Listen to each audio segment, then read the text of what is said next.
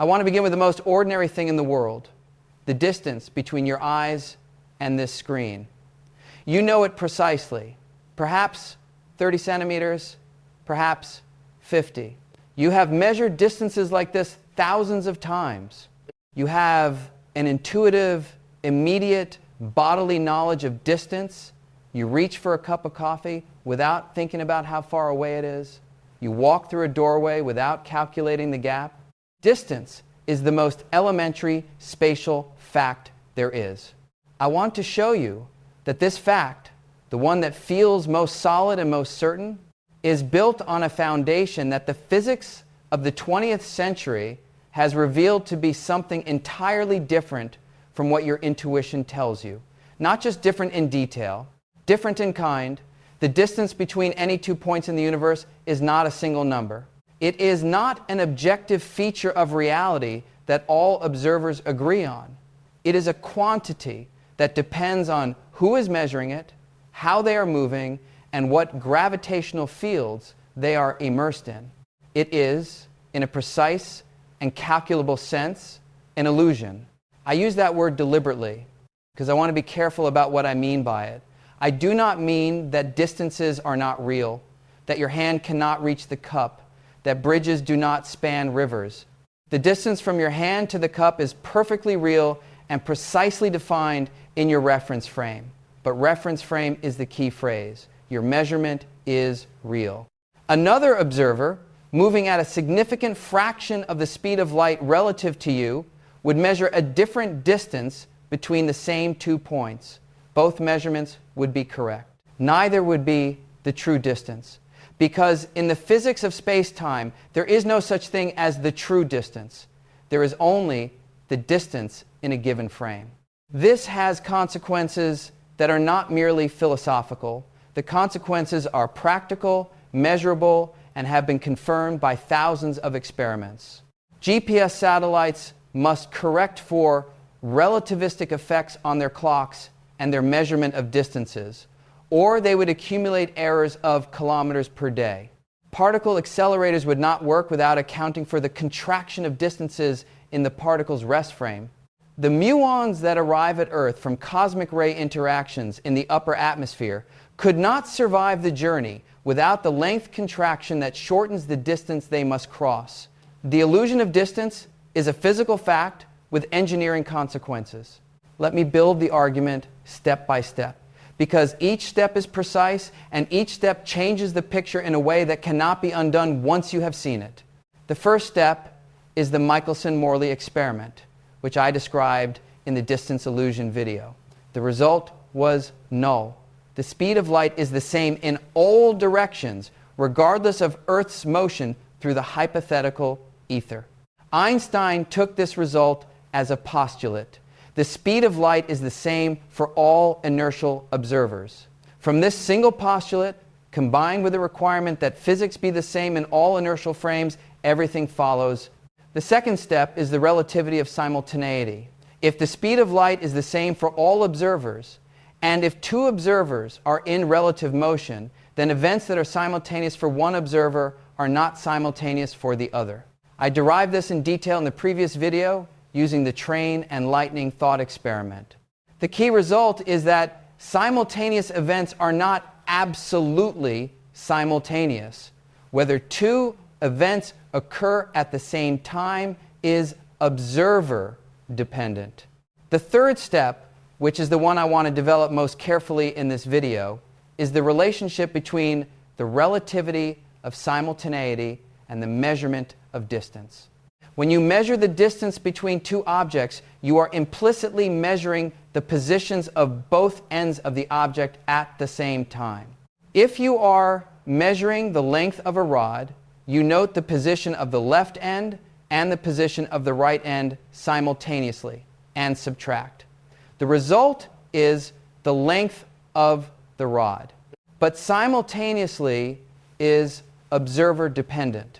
What is simultaneous in your frame is not simultaneous in another frame.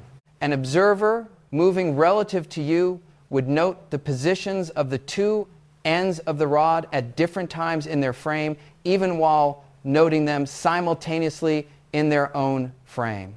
Because the rod is moving in their frame, noting the positions at different times would give a different result than noting them simultaneously. The measured length of the rod depends on the reference frame. This is length contraction. A rod of rest length L, measured by an observer moving at velocity v relative to the rod, is measured to have length L divided by gamma, where gamma is the Lorentz factor, 1 over the square root of 1 minus v squared over c squared.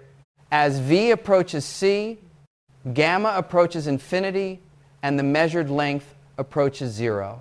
A meter stick traveling at 99% of the speed of light is measured to be approximately 14 centimeters long by a stationary observer. Now, here is the subtlety that I want to develop at length, because it is the core of what I mean by the cosmic illusion of distance. Length contraction is not an illusion in the pejorative sense.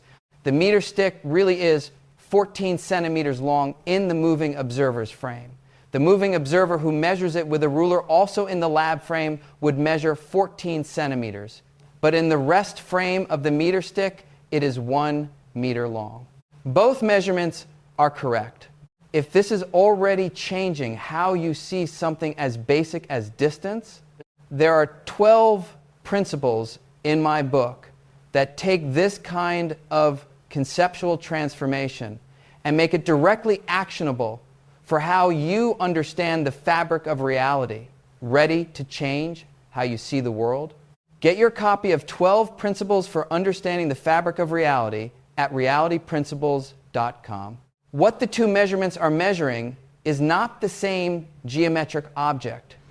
The rest length, 1 meter, is the space-time interval between the two ends of the rod, measured along the rod's world line.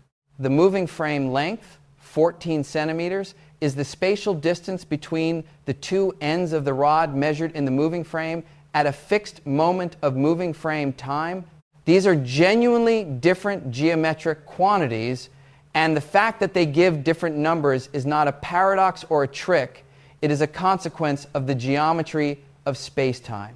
To see this clearly, you need the space-time interval. The space-time interval between two events is the quantity s squared equals minus c squared delta t squared plus delta x squared in units where I have suppressed the y and z dimensions. This quantity is invariant. All observers agree on its value, regardless of their state of motion. The specific values of delta t and delta x depend on the reference frame, but the combination s squared does not. For two events on the same world line, the space-time interval is minus c squared times the proper time squared.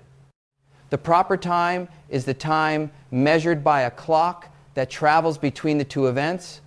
It is observer independent. For two events that are simultaneous in some frame, delta t equals 0 in that frame, and the space-time interval equals delta x squared, the spatial distance squared in that frame. But delta t equals 0 in only one frame. In every other frame, the events are not simultaneous, and the spatial distance between them is different. The cosmic illusion is this. What we call distance is the spatial component of the space-time interval, and the spatial component depends on how you slice the four-dimensional space-time block into space and time. Different observers make different slices. The distances they measure are the sizes of their respective slices. All the slices are legitimate cross-sections of the same four-dimensional block. None is more real than the others. The cosmic illusion is this. What we call distance is the spatial component of the space-time interval. And the spatial component depends on how you slice the four-dimensional space-time block into space and time. Different observers make different slices. The distances they measure are the sizes of their respective slices. All the slices are legitimate cross-sections of the same four-dimensional block. None is more real than the others. Let me make this more concrete with a specific example that I find particularly illuminating. Consider two events, the emission of a light pulse from a distant star and the reception of that pulse at a detector on Earth. In Earth's reference frame, these two events are separated by a specific spatial distance, the distance light traveled, and a specific time interval. The space-time interval between them is 0 because they are connected by a light ray, and light travels on null geodesics where s squared equals 0. Now consider a spaceship moving away from Earth at high velocity. In the spaceship's frame, both events occur at different spatial locations because Earth and the star are moving in the spaceship's frame.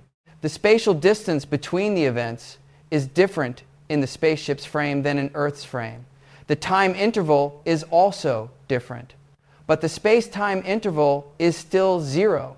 Both frames agree that the emission and reception are connected by a null path. Both frames agree on the causal relationship. Neither frame agrees on the spatial distance. This illustrates the hierarchy of physical facts in space-time. The space-time interval is at the top. It is invariant, agreed on by all observers, physically meaningful.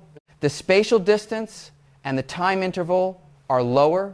They depend on the reference frame. They are different for different observers. They are real within their frames, but not absolute. The causal structure, whether s squared is positive, 0, or negative, is also invariant. All observers agree on whether two events can influence each other. The distance to a star is a frame-dependent fact. Whether a signal from Earth can reach that star in the next billion years is a frame-independent fact.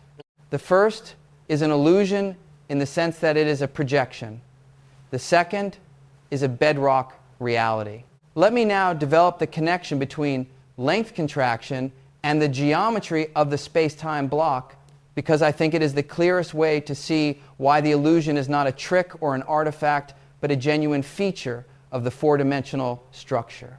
In the space-time block, a rod is represented by a world strip, a two-dimensional region of the four-dimensional block swept out by the rod's extent in space over its extent in time. The world strip is a physical object in the block, permanent and real. Its properties are independent of any observer. When you measure the length of the rod, you measure the spatial extent of the world strip at a specific moment of your time. You take a slice through the block at a constant moment in your time, coordinate and measure how wide the world strip is on that slice. The width of the world strip on your slice is the length of the rod in your frame. A different observer moving relative to you takes a different slice through the block at a constant moment of their time coordinate. Their slice is tilted relative to yours because their time coordinate is a different linear combination of the space-time coordinates. The tilted slice cuts across the world strip at a different angle, and the width of the cross-section depends on the angle of the cut. A tilted cut through a rectangle is shorter than a horizontal cut through the same rectangle. This is length contraction. The world strip has not changed. The rod has not changed. What has changed is the angle of the slice, which depends on the observer's velocity. The length contraction is the geometric fact that different slices through the same world strip at different angles give different widths. It is as real and as geometric as the fact that a shadow's width depends on the angle of the light. Now let me extend this beyond special relativity to general relativity, because in general relativity, the concept of distance becomes even more layered and even more counterintuitive. In general relativity, space-time is not flat. It is curved by the presence of matter and energy.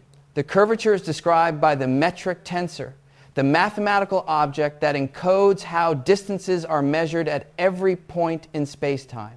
In flat space-time, the metric is the Minkowski metric, which has a simple, constant form. In curved space-time, the metric varies from point to point, reflecting the local curvature caused by nearby matter.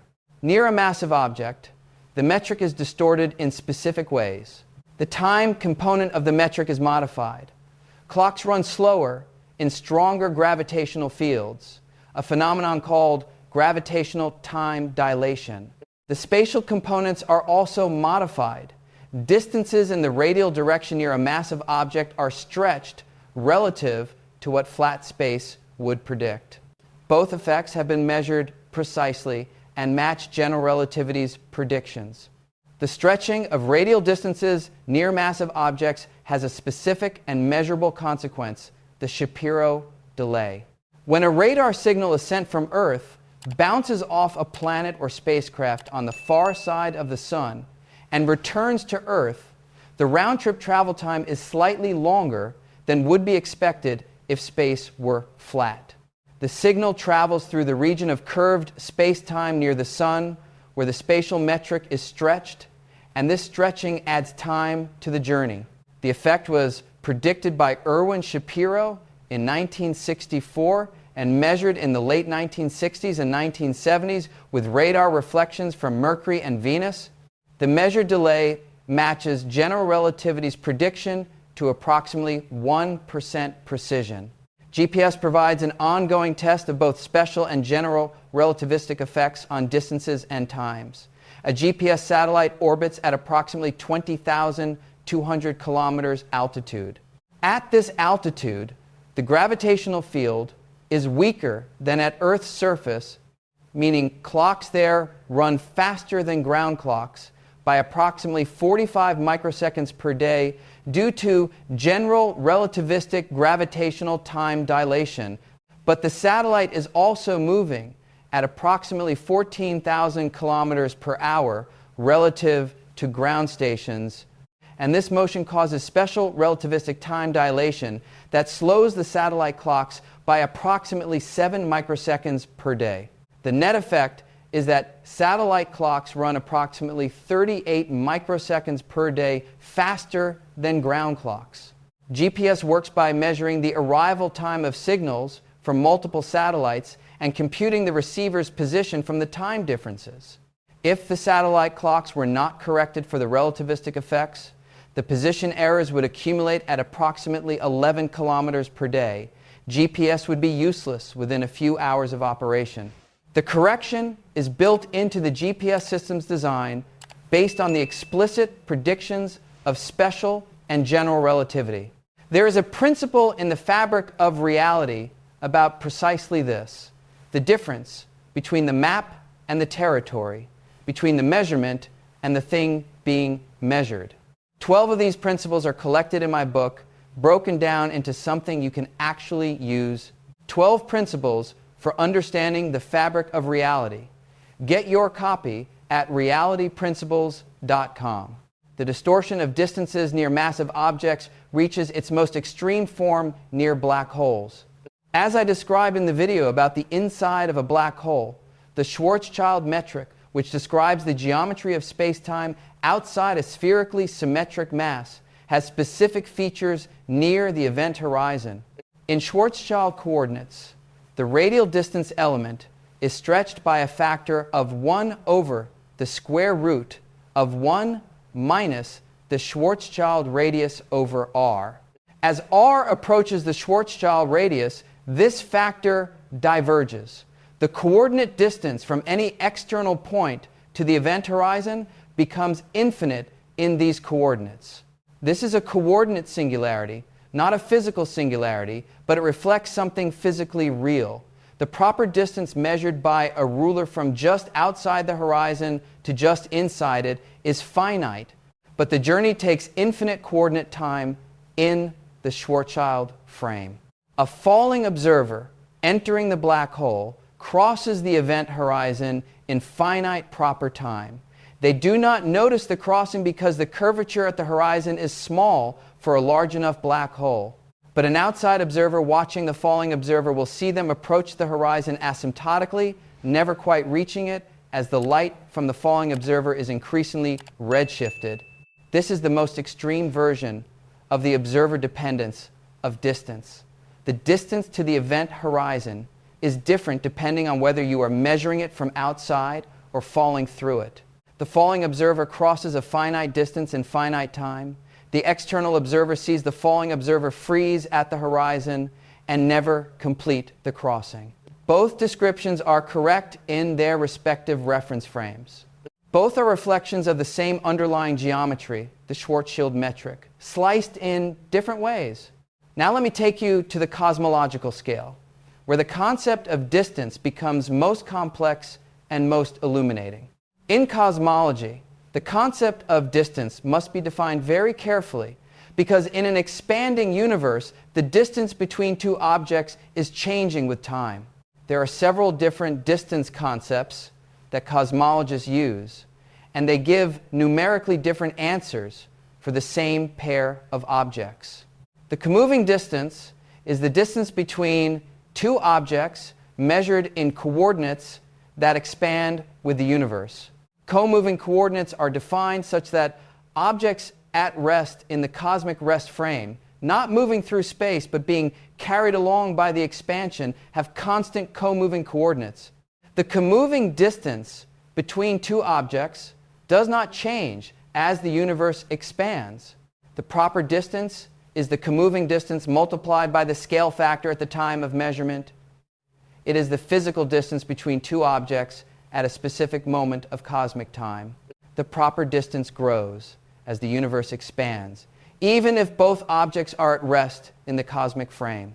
The luminosity distance is the distance inferred from the apparent brightness of a standard candle. If a supernova has a known intrinsic luminosity, and we measure its apparent brightness, we can calculate the luminosity distance. Because light is both redshifted and spread over a larger sphere as it travels through an expanding universe, the luminosity distance is larger than the proper distance by a factor of 1 plus z, where z is the redshift. The angular diameter distance is the distance inferred from the apparent angular size of a standard ruler. If we know the physical size of a structure, and we measure its angular size on the sky, we can calculate the angular diameter distance. In a non-expanding universe, the angular diameter distance equals the proper distance. In an expanding universe, the relationship is more complex, and the angular diameter distance actually decreases for objects at very high redshift. These different distance measures give numerically different answers for the same object and the same moment of observation. The question which distance is the real distance has no single answer, when each distance measure is real for its specific purpose. Luminosity distance is the right concept when you are calculating how bright a supernova will appear. Angular diameter distance is the right concept when you are calculating the angular size of a galaxy cluster. Co-moving distance is the right concept when you are tracking the large-scale structure of the universe. Proper distance is the right concept when you are calculating the current physical separation between two objects. In cosmology, the concept of distance must be defined very carefully, because in an expanding universe, the distance between two objects is changing with time. There are several different distance concepts that cosmologists use, and they give numerically different answers for the same pair of objects. Understanding why requires understanding the FLRW metric. The Friedmann-Lemaitre-Robertson-Walker metric describes the geometry of a homogeneous isotropic expanding universe.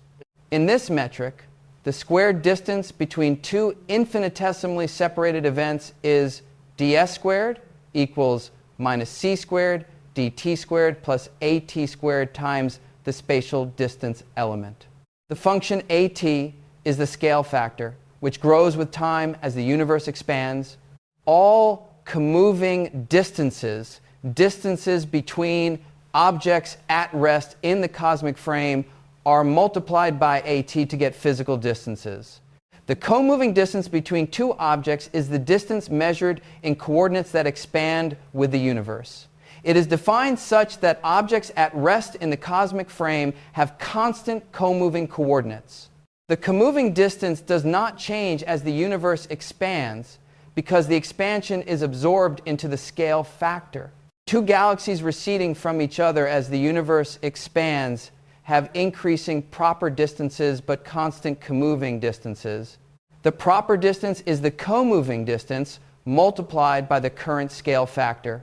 It is the physical distance between two objects at a specific moment of cosmic time. The proper distance grows as the universe expands. When cosmologists say the observable universe has a radius of 46 billion light years, they mean the proper distance to the most distant observable regions at the current epoch. The luminosity distance is calculated from the observed brightness of a standard candle. A type Ia supernova with known intrinsic luminosity L appears to have flux F at the detector. The luminosity distance is defined by F equals L divided by 4 pi times the luminosity distance squared. In an expanding universe, the luminosity distance is larger than the proper distance by a factor of 1 plus z squared, where z is the redshift. This extra factor of 1 plus z compared to the basic comoving distance arises because photons lose energy proportional to 1 plus z as they are redshifted, and the rate of photon arrival is reduced by another factor of 1 plus z because of the time dilation of the emitter's coordinate time relative to ours. The angular diameter distance is calculated from the observed angular size of a standard ruler. If we know that a galaxy cluster has a physical size of, say, 5 megaparsecs, and we observe it to subtend an angle of 1 arc minute on the sky, we can calculate the angular diameter distance. In a non-expanding universe, the angular diameter distance equals the proper distance at emission. In an expanding universe, the angular diameter distance equals the comoving distance divided by 1 plus z. This means the angular diameter distance has a maximum at a redshift of approximately 1.6 in the standard cosmological model and decreases for more distant objects. Very distant objects appear larger in angular size than objects at intermediate distances, even though they are farther away. To make this concrete, the Andromeda galaxy at a distance of 2.537 million light years has a comoving distance of approximately 2.537 million light years, a proper distance of approximately 2.537 million light years, a luminosity distance of approximately 2.537 million light years, and an angular diameter distance of approximately 2.537 million light years. These all agree because the redshift of Andromeda is negligibly small. It is actually approaching us due to local gravitational dynamics with a blue shift rather than a redshift. For a galaxy at redshift 1, the comoving distance is approximately 10.2 billion light years. The proper distance is approximately 10.2 billion light years. The luminosity distance is approximately 20.4 billion light years. And the angular diameter distance is approximately 5.1 billion light years. 3 different numbers for the same galaxy, all correct, all defined unambiguously in the FLRW framework. For a galaxy at the edge of Webb's detection capability, at redshift 14, the look-back time is approximately 13. 5 billion years, the comoving distance is approximately 32 billion light years. The proper distance at the current epoch is approximately 32 billion light years. The luminosity distance is approximately 480 billion light years. And the angular diameter distance is approximately 2.1 billion light years. This galaxy appears smaller in the sky than a galaxy at redshift 1.6, despite being much farther away, because the angular diameter distance decreases above redshift 1.6. These different distances are not different measurements of the same thing. They are different things, each useful for specific physical questions. The cosmic illusion of distance is not that distance is unmeasurable, but that the word distance refers to multiple distinct physical quantities, each real, each well-defined, each giving a different number.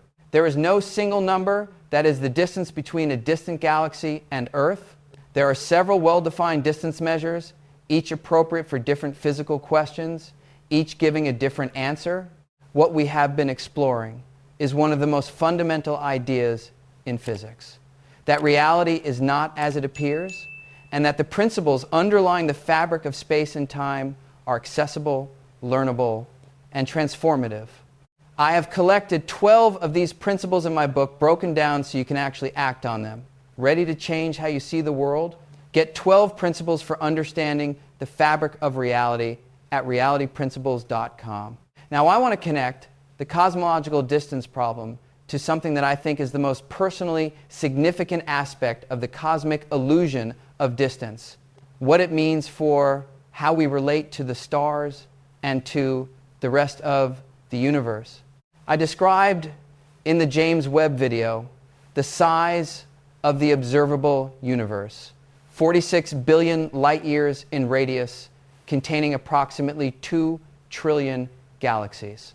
The light arriving at Webb's mirror from the most distant galaxies left those galaxies 13.5 billion years ago. The galaxies are now approximately 33 billion light years away because the universe has expanded while the light was traveling. The distance we measure using the travel time of light, the look-back distance, is 13.5 billion light years. The distance the galaxy is now, the proper distance, is 33 billion light years. The distance inferred from the brightness of the galaxy's stars, the luminosity distance, is approximately 50 to 60 billion light years for a galaxy at that redshift. 3 different distances, 3 different numbers, all for the same galaxy, all correct, all defined clearly in the FLRW cosmological framework. The cosmic illusion of distance is not the illusion that galaxies are not far away. It is the illusion that far away has a single, well-defined meaning. And yet, despite this profound observer dependence, despite the multiple distance concepts and the frame dependence of every measurement, there is something that all observers agree on: the space-time interval, the proper time, the causal structure. These are the invariants of the theory, the quantities that do not change when you change your reference frame. The causal structure is the most fundamental, the classification of separations into space-like, time-like, and light-like. Whether 2 events can influence each other, whether a signal can travel between them, whether their time ordering can be reversed, these are absolute facts about the space-time structure that all observers agree on. The causal structure is not an illusion. It is the bedrock of reality beneath the observer-dependent distances. What this tells us about the universe is profound. The universe is not a collection of objects at definite positions separated by definite distances. It is a 4-dimensional geometric structure, the space-time block, in which every event has a fixed location at its space-time coordinates. The distances between events are properties of how you slice the block into space and time, and different slicings give different numbers. The block itself, the complete 4-dimensional structure, is the objective reality. The distances are the shadows it casts when projected onto 3-dimensional space. The shadow is not unreal. The shadow is what you measure, what you navigate by, what you use to build bridges and satellites and particle accelerators. But the shadow is not the thing. The thing is 4-dimensional. The shadow is 3-dimensional. And the specific shadow you see depends on the angle from which you project. This is the cosmic illusion of distance. Not that distances do not exist, not that the universe is not astonishingly large, but that the distances we measure are projections, cross-sections, slices through a 4-dimensional structure that is more fundamental than any of them. The distance from here to Andromeda is 2, 537 million light years in our frame, 0 in a photon's frame, and somewhere between those values in any frame moving relative to ours, all of these are correct. None is the distance. The space-time geometry that produces all of them is the reality. I find this not diminishing, but liberating. The universe is larger and more precise than any single number can capture. The 46 billion light-year radius of the observable universe is one correct description of its scale. The zero proper time experienced by every photon in the universe is another.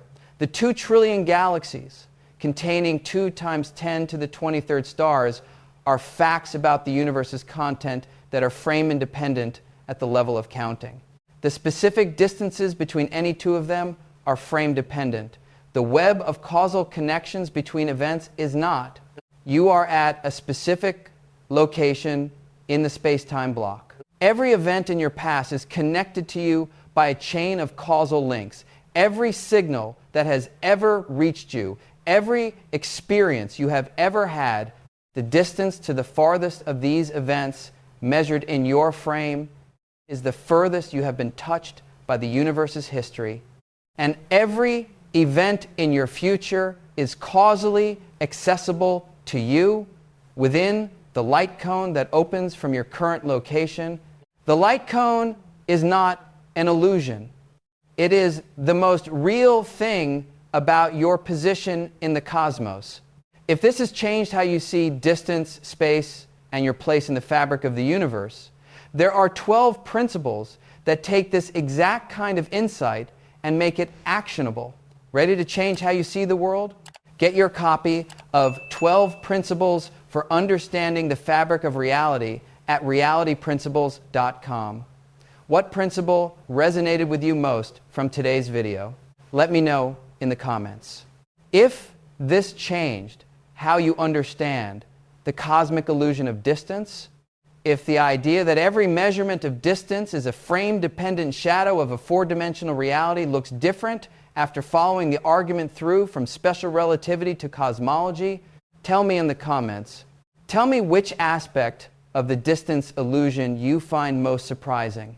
The length contraction of special relativity, the multiple cosmological distance measures, or the Shapiro delay as a direct measurement of the distortion of distances near the sunday. And subscribe if you want to keep going into the places where the most familiar concepts in physics reveal themselves to be projections of something deeper and stranger.